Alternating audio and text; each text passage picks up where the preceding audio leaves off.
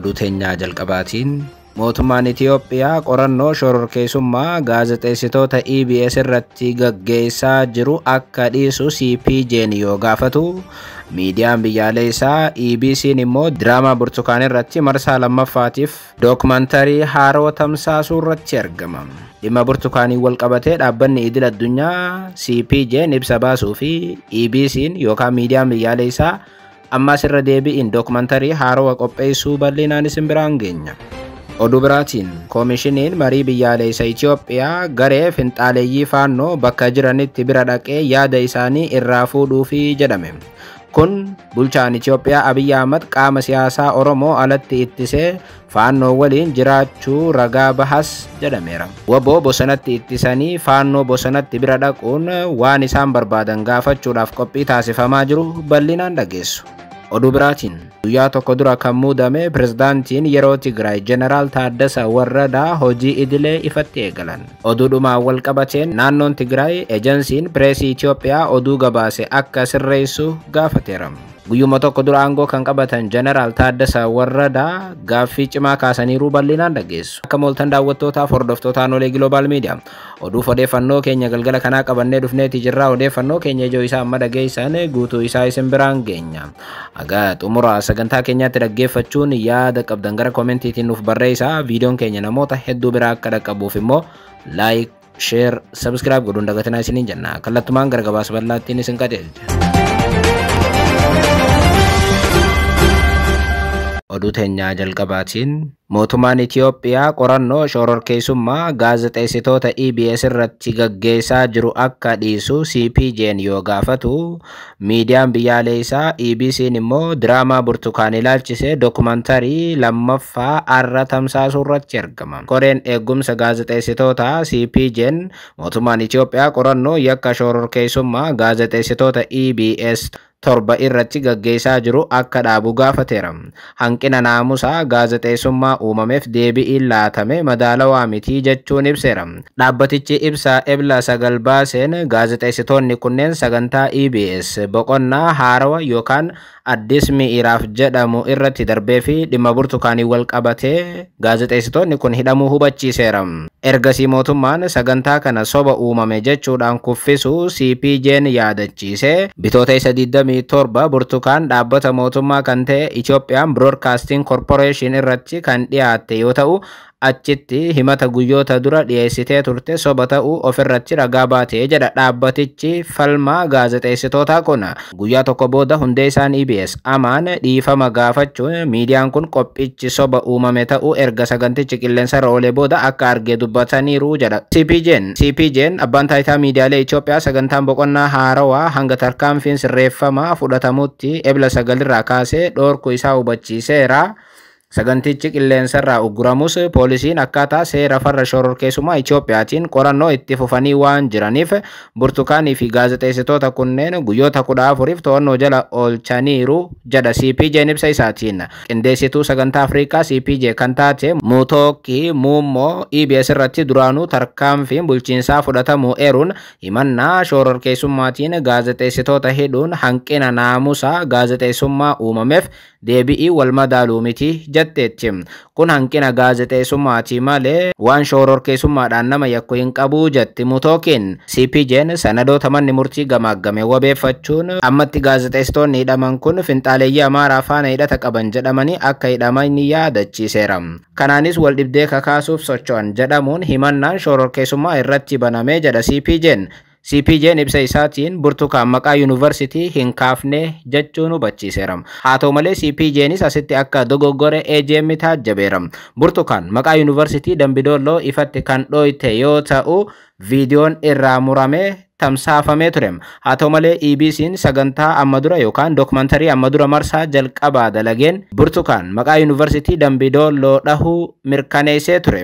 CPJ'n ibsa isaatiin akka jedhetti abukaatonni gaazexeessitoota seera farra shororkeessummaatiin osoo hin taane seera miidiyaa Itiyoophiyaa akkasumas ammoo labsii haasoo jibbiinsaa ittisuuf tumame jalatti ilaaluutu irra jira jechuun ereera. Walumaa galatti CPJ'n gaazexeessitoota Oromoo irratti olola qindeessan sana hidhamuun akkasumas ammoo himannaan shororkeessummaa irratti banamuun fudhatama hin qabu jedheera. Amma dhaabbanni CPJ gaaffii kana yoo mootummaa Itoophiyaa irratti kaasu EBC'n yookaan miidiyaan biyyaalessa Itoophiyaa guddichi diraamaa sobaa Burtukaan irratti ammas dookumantarii haarawaa tamsaasuu irratti argama.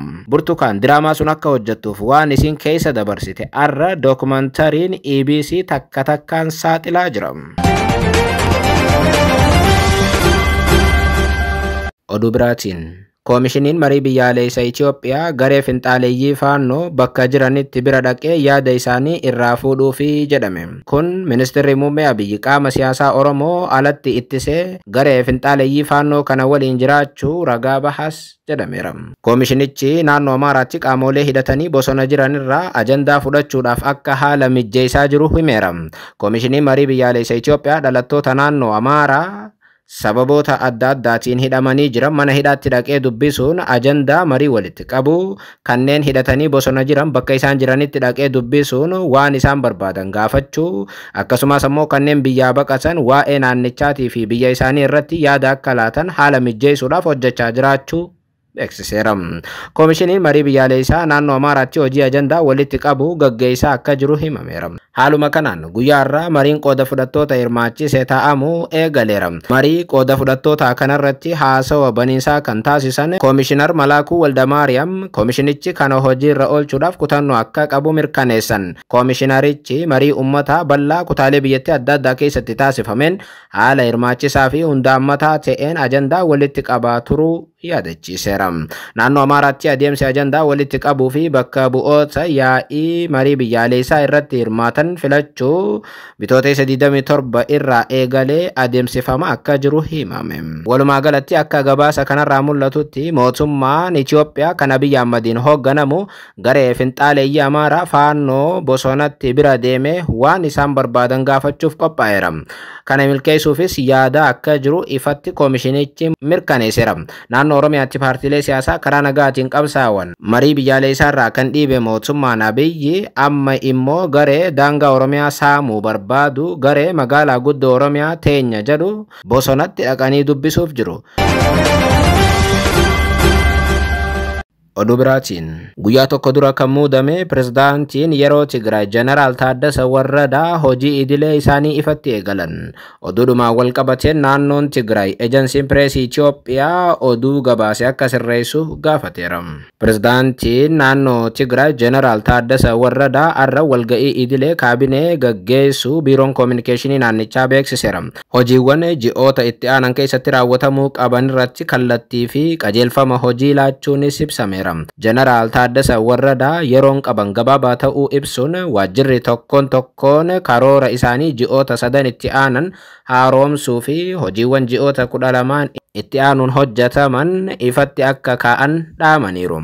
Xiyyeeffannaan tattaaffii keenya hunda waliigaltee Piriitooriyaa guutummaatti hojiirra oolchuu irratti ta'uu qaba kan jedhan Jeneraal Taaddasa Warradaa nageenya Tigraay haala amanamaa ta'e mirkaneessuuf diinagdee Tigraay akkasumas ammoo bulchiinsa kakaasuu irratti xiyyeeffachuun akkasumas bu'aa eeggamu galmaan ga'uu barbaachisaa jedhan. Ajandaan TPLF furmaata argachuu qaba kan jedhan pirezidaantiin haarawni kun garuu dhimmi Tigraay fi uummata ishee ajandaa hunda keenyaa ta'uu qabaa jedhan. Yeroo dhiyootti konfiraansii uummataa gaggeessuun furmaanni hatattamaa ni kaa'amas jedhe Jeneraal Taaddasa Warradaa. Oduudhumaan wal qabateen naannoon Tigraay ejensiin pireesii Itoophiyaa oduu sobaa gabaase akka sirreessu gaafate. Biiroon koominikeeshinii naannichaa ibsa baaseen oduu ebla 2017 ejensiin pireesii Itoophiyaa afaan Tigreetiin maxxanse wabeeffachuun suphaan piroojeektii daandii Gondar Humaraa kutaalee naannoo Amaaraa lama wal qunnamsiisu eegalameera jedhamuu yaadachiiseera.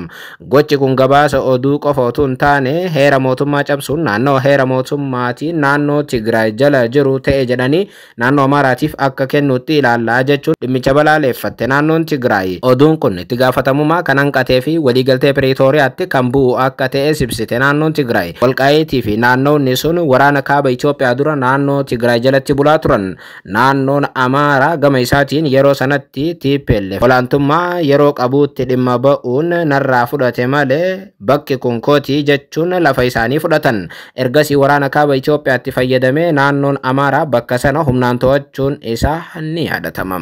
Naannoon Tigraay bulchiinsi haarawni amma aangoo qabate keessumaa kan Jeneraal Taaddasa Warradaa dhimma lafa sanaa furuudhaaf akka hojjetu himama. Halkan gaarii.